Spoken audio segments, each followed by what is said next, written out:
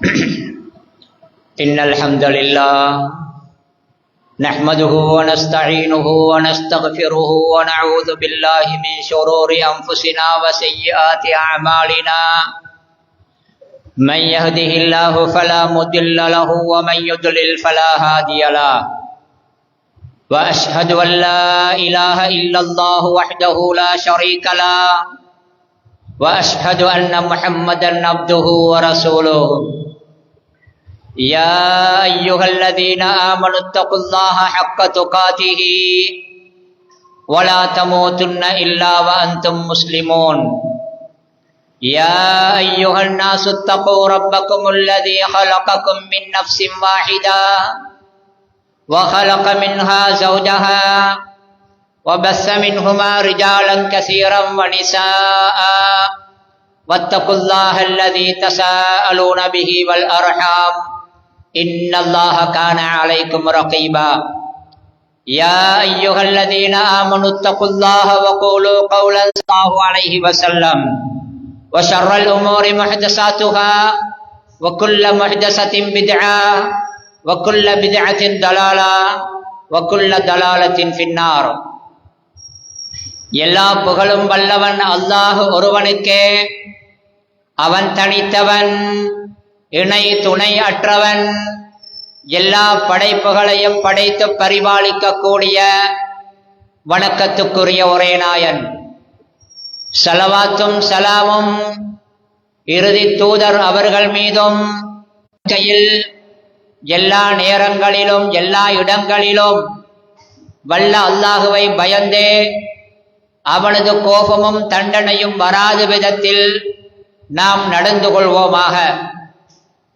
எமது வாழ்க்கையை தக்வா என்ற அந்த அச்சத்தின் அடிப்படையில் அமைத்துக் கொள்ள எல்லாம் வல்ல அல்லாஹ் எனக்கும் உங்களுக்கும் அருள் புரிவானாக. மதிப்புக்குரிய சகோதரர்களே, வல்லவன் அல்லாஹ்வுக்குள் இணை வைக்கக்கூடிய மக்களிடம் கேளுங்கள்.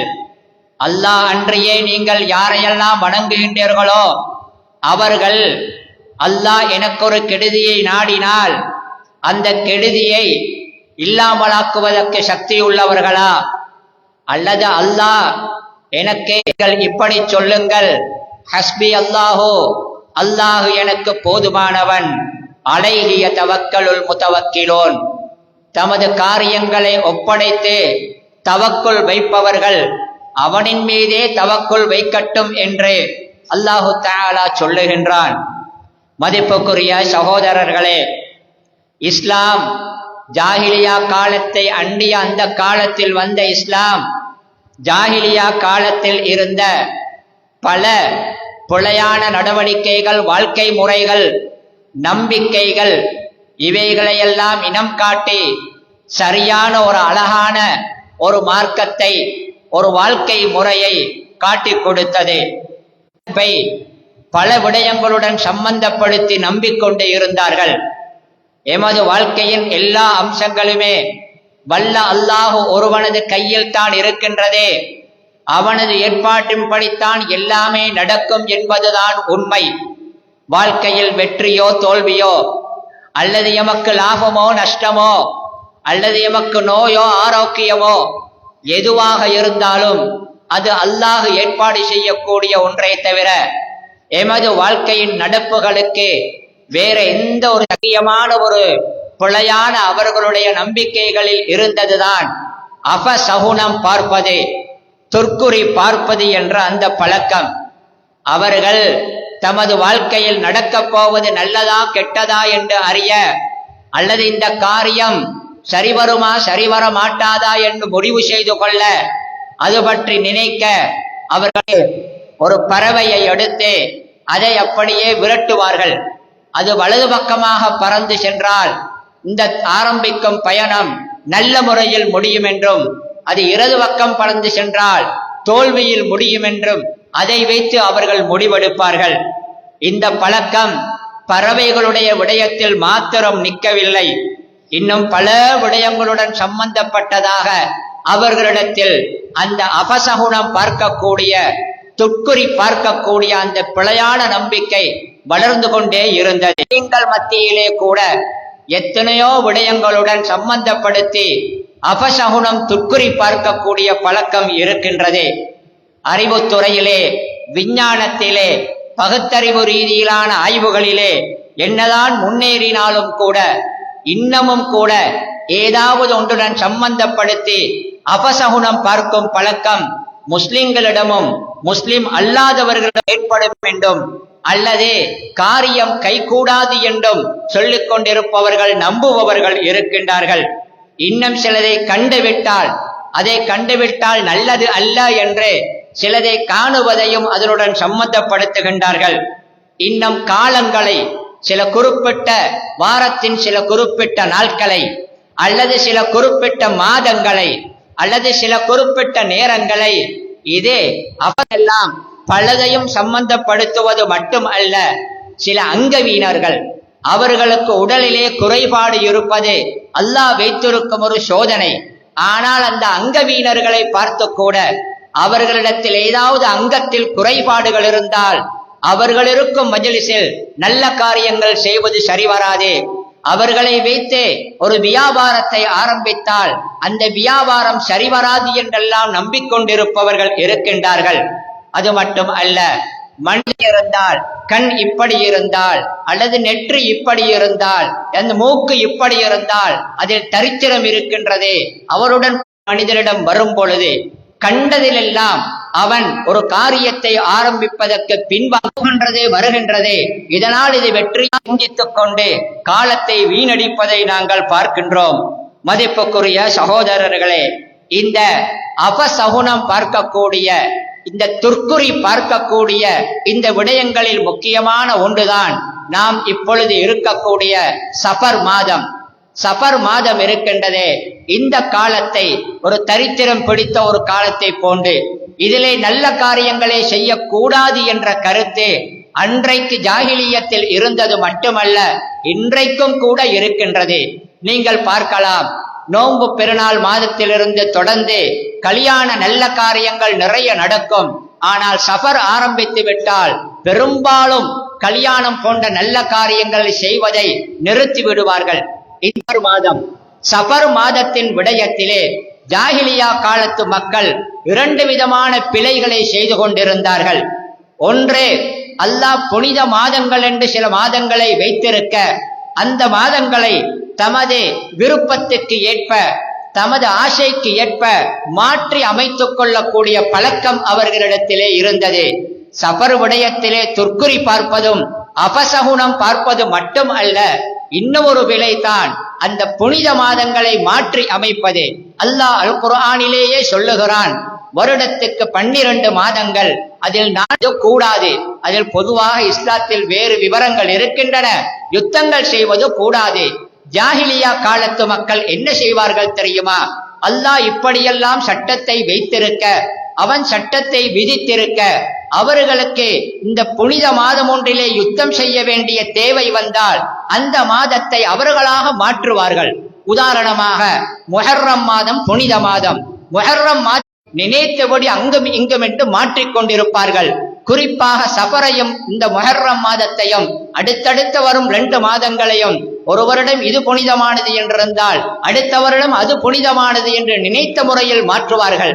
அதை பற்றி அல்லாஹ் இன்னமன் நஸீஉ ஜியாதத்துன் ஃபில் குஃப்ரி யுதல்லு பிஹில் லதீன கஃபரு யுஹில்லூனஹு ஆமன் வ யுஹர்ரிமூனஹு ஆமன் என்று அல்லாஹ் கடுமையாக அதை கண்டிக்கின்றான். இப்படி அல்லாஹ் ஒரு சட்டத்தை வைத்திருக்க அந்த சட்டத்தை தனது மனோ இச்சைகளுக்கு ஏற்ப, தேவைகளுக்கு ஏற்ப மாற்றும் இந்த பழக்கம் இருக்கின்றதே, இது குஃபுரை இன்னும் அதிகரிக்கும் என்று அல்லாஹு தஆலா கண்டிக்கின்றான். சஃபர் மாத விடயத்தில் அது எஞ்சி இருப்பதையும் தொடர்ந்து இருப்பதையும் நாங்கள் பார்க்கலாம்.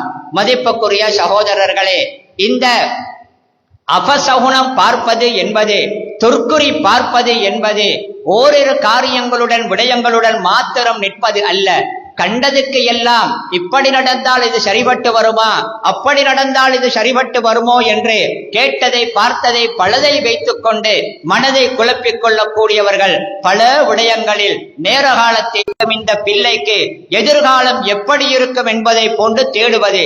இது நல்ல பிள்ளையா, ஆரோக்கியமாக இருக்குமா இல்லையா, இதற்கு எதிர்காலத்தில் காரியங்கள் நல்லது சரிபட்டு வருமா என்றெல்லாம் தேடக்கூடிய வழக்கத்தை பார்க்கின்றோம். ஏன் பெண் பிள்ளைகள் பருவமடைந்தால் கூட அந்த நேரத்தையும் குறித்து வைத்துக் கொண்டு இந்த நேரத்தில் பருவமடைந்த இந்த பெண்ணுக்கு நாளைக்கு கல்யாண நல்ல காரியங்கள் எப்படி சொல்லுகிறார்கள்.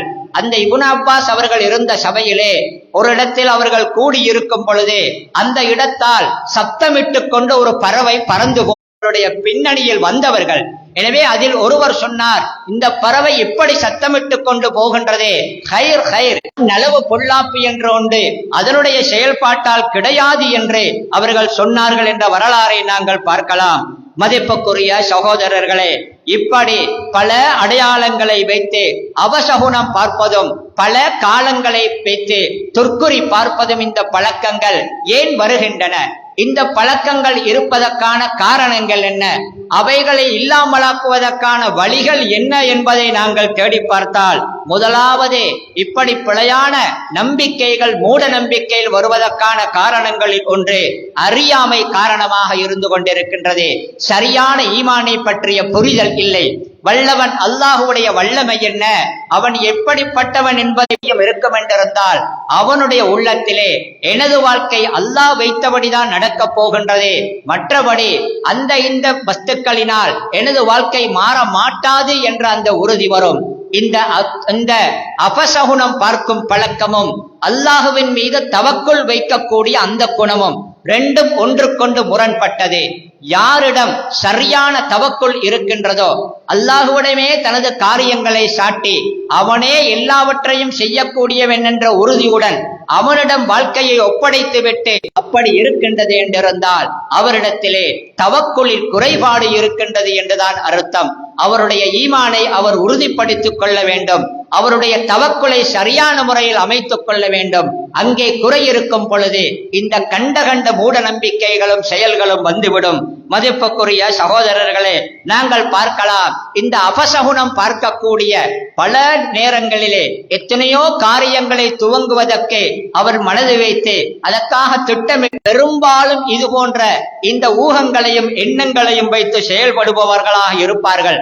அதனால் தான் உங்களுக்கு பார்க்கலாம், இந்த அபசகுணம் பார்க்கக்கூடிய பழக்கம் அதிகமாக இருப்பது பெண்களிடத்தில் தான். ஆண்களை விட பெண்கள் தான் கண்டதுக்கு எல்லாம் இந்த நேரம் சரியில்லை, இப்படி நடந்தால் சரியில்லை, இப்படி நடந்தால் தரித்திரம் என்று கண்டதையெல்லாம் கண்டு பயந்து பின்வாங்கக்கூடிய பழக்கம். காரணம், தைரியம் குறைந்தவர்கள். அதனால் அவர்களிடத்திலே இந்த பலகீனம் பரவலாக இருப்பதை பார்க்கலாம். காலத்திலே ஷவ்வால் மாதம் இருக்கின்றது, நோன்பு பெருநாள் மாதம். அந்த மாதத்தையும் ஒரு அபசகுணமான மாதமாகத்தான் கருதினார்கள். அந்த ஷவ்வால் மாதத்திலே திருமணங்களை நடத்த மாட்டார்கள். இது ஒரு பிழையான பழக்கம் என்பதை குறிப்பாக திருமண விடயங்களிலும் பார்க்கலாம். அந்த திருமணத்துக்கான பேச்சுவார்த்தைக்கு போவது அல்லது திருமண வைபவத்தை நடத்துவது போன்ற விடயங்களிலே நிறைய பெண்கள் துருவி இதை பார்த்து கொண்டே இருப்பார்கள். இப்படி நடக்காமல் அப்படி நடக்காமல் பார்த்து கொள்ள வேண்டும். நபிகளார் என்னை திருமணம் முடித்தது ஒரு ஷவ்வால் மாதத்திலே. மக்காவில் வைத்துத்தான் ஹிஜ்ரத்துக்கு முன்னால் ஆயிஷா நாயகியை திருமணம் செய்கின்றார்கள். அது ஷவ்வால் மாதத்தில் தான் எமது திருமணம் நடந்தது. அந்த திருமணம் நடந்து 3 வருடங்களுக்கு பின்னால் நபிகளார் ஆயிஷா நாயகியுடன் ஹிஜ்ரத்து வந்த பிறகு மதீனாவிலே குடும்ப வாழ்க்கையை நடத்த ஆரம்பிக்கின்றார்கள். ஆயிஷா சொல்லுகிறார்கள், நபி அவர்கள் என்னை திருமணம் செய்ததும் ஷவ்வாலில் தான். என்னை விட அதிர்ஷ்டசாலியாக வேறு எந்த பெண் இருந்திருக்கின்றார்? அந்த அளவுக்கு நான் நபிகளாருக்கு நெருக்கமானவராக, மற்ற மனைவியரை விட பாக்கியவாதியாக இருந்திருக்கின்றேன் என்று சொல்லுகிறார்கள். இதன் மூலம் ஆயிஷா நாயகி சொல்ல வருவது என்ன தெரியுமா? ஷவ்வாலில் நடந்தால் தரித்திரம் என்பதாகவோ, ஷவ்வாலில் நடக்கும் திருமணங்கள் வெற்றிகரமாக முடியாது என்றோ இருந்த நம்பிக்கை அது பிழையானது என்று சொல்லுகின்றார்கள். மதிப்புக்குரிய சகோதரர்களே, இந்த அபசகுணம் பார்ப்பதும் தரித்திரம் பார்ப்பதும் அந்த தரித்திரத்தை இல்லாமலாக்கும் தேவை. அந்த நம்பிக்கைகள் இருந்தால்தான் அவர்களுக்கு அவர்களுடைய தொழிலை வளர்க்க முடியும். எனவே இப்படி இஸ்ம் அஸ்மா செய்பவர்கள் என்று சொல்லிக்கொண்டு அல்லது சாஸ்திரம் போன்ற அல்லது ஓதி பார்ப்பது மந்திரிப்பது போன்றதை செய்யக்கூடியவர்களில் போலியானவர்கள் இருக்கின்றார்களே, இவர்கள் இது போன்ற நம்பிக்கைகளை வளர்க்கத்தான் ஆசைப்படுவார்கள். எனவே பணம் சம்பாதிப்பதற்காக மக்கள் ஏதோ ஒரு நேரத்தில் பலகீனத்தில் இப்படியாளமாக செய்திகளை பரப்புவதற்கு வேகமாக பரப்ப வழியாகிவிட்டது. இந்த காலத்தில் அந்த தகவல் சாதனங்களை வைத்துக்கொண்டு தமது இந்த பிழையான தொழிலை வளர்ப்பவர்களும் இருக்கின்றார்கள். அவர்களும் அதை வைத்துக் கொண்டு அப்பாவி மக்களை ஏமாற்றிக் கொண்டிருப்பதை நாங்கள் பார்க்கலாம். மதிப்புக்குரிய சகோதரர்களே, யாரிடம் இந்த அபசகுணம் பார்க்கக்கூடிய பழக்கம் இருக்கின்றதோ அவர் என்றைக்குமே வாழ்க்கையில் பின்தங்கியவராக முன்னேறாதவராகத்தான் இருப்பார். எந்த நேரமும் மனதிலே கண்ட எண்ணங்களை வைத்துக் கொண்டு குழப்பிக் கொண்டிருப்பார். நம்பிக்கை தயாராகி எல்லாம் முடிந்து வீட்டிலிருந்து வெளியே போகும் பொழுது தப்பித்தவறி ஒரு பூனை குறுக்கே போய்விட்டால் அப்படியே திரும்பி வந்து அந்த பயணத்தை போகாமல் இருந்து விடுகின்ற தூரம் அறிவியமானது இருக்கின்றார்கள். இவர்கள் வாழ்க்கையில் ஒன்றையுமே சாதிக்க மாட்டார்கள். என்றைக்குமே பெரும்பாலும் அவர்கள் முன்னேறுபவர்களுடைய வரிசையிலே பின் வரிசையில் தான் அவர்கள் இருப்பார்கள். அவர்கள் எந்த ஒரு காரியம் செய்ய மாட்டார்கள். மதிப்புக்குரியவர்களே, இந்த பிழையான இந்த நம்பிக்கை அல்லது இந்த பிழையான இந்த பழக்கம் இல்லாமல் போவதற்கான வழிகளில் முக்கியமான ஒன்றுதான் அல்லாஹ் ஒருவனை உறுதியாக நம்புவது. அவன் நினைத்ததுதான் நடக்கும், அவன் நினைக்காதது எமது வாழ்க்கையிலே நடக்காது என்ற அந்த உறுதி இருப்பது. அந்த உறுதி சரியாக இருக்கும் என்றிருந்தால் யாரை பற்றியும் கவலைப்பட தேவையில்லை. என்ன கூட்டம் சேர்ந்தாலும் ஒரு ஹதீஸ் இருக்கின்றது தானே, இந்த மனித குலத்தில் ஆரம்ப ஒரு கெடுதியை தடுக்க முனைந்தாலும் உனக்கு அது ஏற்பட வேண்டும் என்றிருந்து அல்லாஹ் தீர்மானித்திருந்தால் அதை யாராலும் தடுக்க முடியாது என்று நபி அவர்கள் சொன்ன ஹதீஸ் இருக்கின்றது. எனவே இந்த சரியான இந்த உறுதி மனதில் இருக்கக்கூடிய நேரத்திலே அல்லாஹ் மீது தவக்கல் இருக்கும் பொழுது அந்த மனிதனிடத்திலே இந்த எண்ணங்கள் வரமாட்டாது.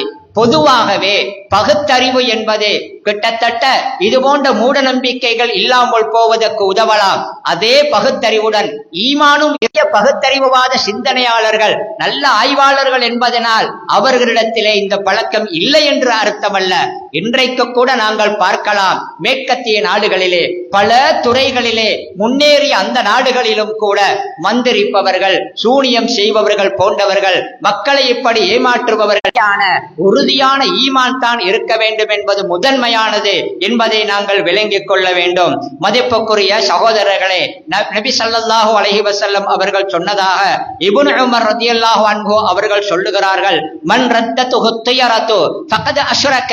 யாராவது ஒரு காரியத்தை செய்ய ஆரம்பிக்க போய் இதிலே அபசகுணம் பார்த்து இப்படி தரித்திரம் பார்த்து அவர் அந்த காரியத்தை செய்யாமல் திரும்பி வந்து விட்டால் ஃபகத் அஷ்ரக, அவர் இணை வைப்பாளர்களுக்கு ஒப்பாகி விட்டார் என்று சொன்னார்கள். அப்பொழுது அது வணக்கத்துக்கு என்று சொல்லிக் கொள்ளுங்கள் என்று நபி அவர்கள் சொன்னார்கள்.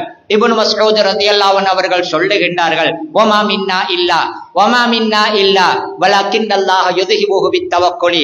என்னதான் தெளிவு வந்திருந்தாலும், என்னதான் இதுவெல்லாம் மூட நம்பிக்கை எமது வாழ்க்கையில் கூட நாங்கள் பார்க்கலாம், பிழை என்று தெரியும், இதில் நம்பிக்கை இல்லைதான்.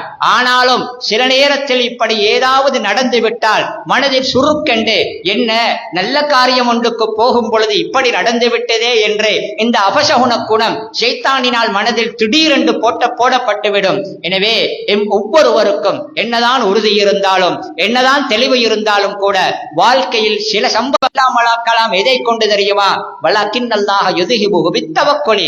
தவக்குலை கொண்டு அல்லாஹ் இல்லாமலாக்க வைத்து விடுவான். ஏதாவது மக்கள் இந்த மூட நம்பிக்கைகள் சம்பந்தப்பட்ட ஒன்று நடந்து மனதிலே சுருக்கண்டு என்ன இப்படி என்ற அந்த எண்ணம் வந்தாலும் பரவாயில்லை, என்ன நடந்தாலும் அல்லாஹ் வைத்தபடிதான் நடக்கும் என்று முன்னேறி செல்ல வேண்டும். அந்த தவக்குள் வந்துவிட்டால் அந்த கெட்ட எண்ணம் மனதில் எமது வாழ்க்கையின் நடப்புகளுக்கு எமது முன்னேற்றம் பின்னடைவோ வெற்றி தோல்விகளிலே வேற எந்த ஒரு படைப்புக்கும் நேரடியாக அதிகாரமோ சம்மந்தமோ கிடையாது என்ற அந்த உறுதியை விளங்கி மூட நம்பிக்கைகளை தவிர்த்து நாங்கள் நடப்போமாக. வல்ல அல்லாஹ் எம் அனைவருக்கும் அருள் புரிவானாக. வ ஆகிரு தஅவானா அனில் ஹம்துலில்லாஹி ரப்பில் ஆலமீன்.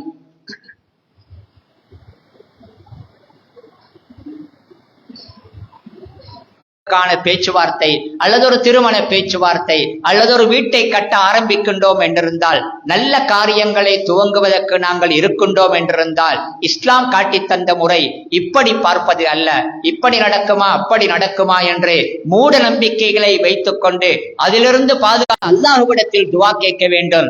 இப்படி ஒரு காரியத்தை செய்ய மனம் நினைக்கின்றது, இது நல்லதாக இருந்தால் இதில் தொடர்ந்து என்னை போகவே, இதில் ஈடுபடவே என்று அல்லாஹ்விடத்திலே துஆ கேட்பது. இது நல்ல காரியமாக இருந்தால் இதை எனக்கு நிறைவேற்றி தாய் என்று அல்லாஹ்விடம் துஆ கேட்பது. அடுத்தது மக்களிடத்திலே மற்றவர்களிடத்திலே ஆலோசனை கேட்பது. மற்றவர்களிடத்திலே கருத்து கேட்டு, கண்டதுக்கெல்லாம் கண்டவர்களிடம் ஆலோசனை பெற முடியாது, எல்லா விடயங்களுக்கும் எல்லோரிடமே கேட்க முடியாது. அந்த விடயத்தை பற்றிய நல்ல அனுபவமும் அறிவும் உள்ள, உங்களுக்கு புத்தி சொல்லக்கூடிய, உங்களுக்கு நல்லது நடக்க வேண்டும் என்று ஆசையுள்ள, உங்களின் மீது அன்புள்ள அந்த மக்களிடம் அந்தந்த விடயங்களை பற்றி சரியாக ஆலோசனை செய்ய வேண்டும். அந்த ஆலோசனைகள் கஷ்டம் என்று அதை பற்றி அலட்டிக் கொண்டிருக்கக்கூடிய நாங்கள் குறிப்பாக ஒன்றை பற்றி அலட்டாமல் இருக்கின்றோம். அது முக்கியமானது. அதுதான் எம்மால் நடக்கக்கூடிய பாவங்கள். எமது வாழ்க்கையிலே எங்காவது சருகுகின்றதா, எங்காவது எமது வாழ்க்கையிலே பின்னடைவோ அல்லது தோல்வி அல்லது ஏதாவது ஆபத்து வருகின்றதா, முதலாவது சிந்திக்க வேண்டியது இந்த மூட நம்பிக்கைகளை வைத்து அல்ல, எமது பாவங்களை பற்றி. எங்கோ இடத்தில் எனக்கு தவறு நடக்கின்றது, அல்லாஹுடனான தொடர்பில் அவனது திருப்தியை பெறுவதில் எங்கோ பிழை நடந்து விட்டது. எனவே நாங்கள் அதையெல்லாம் விட்டுவிட்டு கண்டதையெல்லாம் சிந்திப்பதில் சொன்னார்கள். அவர்கள் காலாகாலமாக ஏதோ ஒரு பிழையான நம்பிக்கையில் இருக்க, அந்த மக்களிடம் வந்து இந்த நபிமார்கள் நல்லதை சொல்லும் பொழுது அந்த நேரத்தில் அவர்களது ஊரில் ஏதாவது நடந்துவிட்டால், பார்த்தீர்களா, இவ்வளவு காலம் நாங்கள் செய்து வந்த நல்ல காரியத்தை நிறுத்த வந்த உங்களினால் தான் இந்த தரித்திரம், உங்களினால் தான் எங்களுக்கு ஆபத்து என்று நல்லவர்களை பார்த்து சொன்னார்கள் அந்த மக்கள். காலோ இன்னா ததையர்னா பிக்கும், உங்களினால் எங்களுக்கு சனியன், உங்களினால் எங்களுக்கு அல்லாஹ். எனவே மதிப்புக்குரிய சகோதரர்களே, கண்ட இது மாதிரி மூட நம்பிக்கைகளை வைத்துக் கொண்டு வாழ்க்கையின் தோல்விகளை பற்றி சிந்திப்பதை ஒரு பக்கம் வைத்துவிட்டு நாம் அல்லாஹுவுடன் இருக்கும் தொடர்பை பற்றி சிந்திக்க வேண்டிய கட்டாயம் ஒவ்வொரு மோமினுக்கும் இருக்கின்றது. மதிப்புக்குரிய சகோதரர்களே, சஃபர் மாதத்தை வைத்து பொதுவாகவே அபசகுனம் பார்க்கக்கூடிய பழக்கம் ஜாஹிலியா காலத்தில் இருந்தது. இன்றைக்கும் அது இருப்பதை பார்க்கலாம். ஜாஹிலியா காலத்தில் இருந்தே, அந்த காலத்தில் இருந்தே ஒரு பழக்கம் தான் சஃபர் மாதத்தின் கடைசி புதன்கிழமை இருக்கின்றதே, அந்த நாள் மிகவுமே தரித்த பேர் கவனத்தில் எடுப்பார்கள். அதில் அவர்கள் சொல்லுவார்கள், அந்த நாளையிலே எத்தனையோ முசீபத்துகள் இறங்குகின்றன, இப்படி நிறைய செய்திகள். சில பேர் சிந்திக்கலாம், ஏன் ஒடுக்கத்து புதனை பற்றி நாங்கள் பேச வேண்டும் என்று. கிட்டத்தட்ட அது இல்லாமல் போய் விட்டதுதான் முதலாவது ஒரு காரணம். அது முழுமையாக இல்லாமல் போகவில்லை. சிலரிடம் அந்த நம்பிக்கை இருக்கின்றது. அடுத்தது இன்னும் ஒன்று என்ன தெரியுமா, நான் சொன்னேனே, இந்த தகவல் தொடர்பு சாதனங்களுடைய வசதி இருக்கின்றதற்கு கொலையான நோக்கம் உள்ளவர்கள் இதை பயன்படுத்துகின்றார்கள். ஒடுக்கத்து புதன் என்று ஒன்று இருந்ததாகவும் அது பற்றிய மக்களுடைய பிழையான நம்பிக்கைகளும் வளர்ந்து வரும் சமூகத்திற்கு கிட்டத்தட்ட அப்படியொன்று இருந்ததே பலருக்கு தெரியாமல் இருக்கலாம். ஆனால் இன்றைக்கும் அது சிலரிடத்தில் இருக்கின்றது என்பது ஒன்று. அடுத்தது, அந்த இல்லாமல் போன கிட்டத்தட்ட முடிந்து போன அந்த விதத்துகளை, அந்த நம்பிக்கைகளை மீண்டும் உயிர்ப்பித்து மக்களிடத்தில் கொண்டு வருவதற்கு இது போன்ற தகவல் சாதனங்களிலே அதற்கான முயற்சிகள் நடக்கின்றது. அதனால் நாங்கள் தெரிந்து விபத்துகள் உலகக்கு இறங்குவதாகவும் அந்த முசீபத்துகள் அனைத்துமே இந்த சஃபர் மாதத்தின் கடைசி புதன்கிழமையில் தான் பூமிக்கு இறங்குவதாகவும், அஸ்ஹபு ஐயாமி ஸனா, இந்த ஒவ்வொரு வருடத்திலும் நாட்களிலே மிகவுமே கஷ்டமான நாள் அந்த ஒடுக்கத்து புதன் என்ற கடைசி சஃபருடைய புதன் தான் என்றும், அன்றைக்கு இப்படி தொழுதால் விழாயிலிருந்து தப்பலாம் என்று லுஹா நேரத்தில் தொழுவதற்கு என்று மார்க்கம் காட்டித்தராத, எந்த ஒரு ஆதாரமும் இல்லாத தொழுகை என்றையும் சொல்லி அதற்கு துவாக்களையும் சொல்லி சில குறிப்பிட்ட ஆயத்துகளை காட்டி அவைகளை எழுதி அதை கல்வி தெரியுமா, முஸ்லிம்களிடத்திலே நபிகளார் மௌத்தாகிய நோய் இருக்கின்றது. நபி அவர்கள் பல நாள் நோய்வாய்ப்பட்டிருந்து, தொடர்ந்து பல நாள் நோய்வாய்ப்பட்டிருந்து தான் மௌத்தாகினார்கள். அவர்களுக்கு மரணம் வந்த அந்த நோய் ஆரம்பித்தது சஃபர் மாதத்தின் கடைசி புதன்கிழமையிலே என்றுதான் நம்பினார்கள். அதுவும் ஒரு காரணமாகிவிட்டது. சஃபரின் கடைசி புதன்கிழமை தரித்திர நாள் என்று. நபிகளாருக்கு நோய் வந்து 13 அல்லது 14 நாட்கள் நோயிலிருந்து மௌத்தாகினார்கள். ஆனால் சஃபரின் கடைசி புதனன்றுதான் நோய் ஆரம்பித்து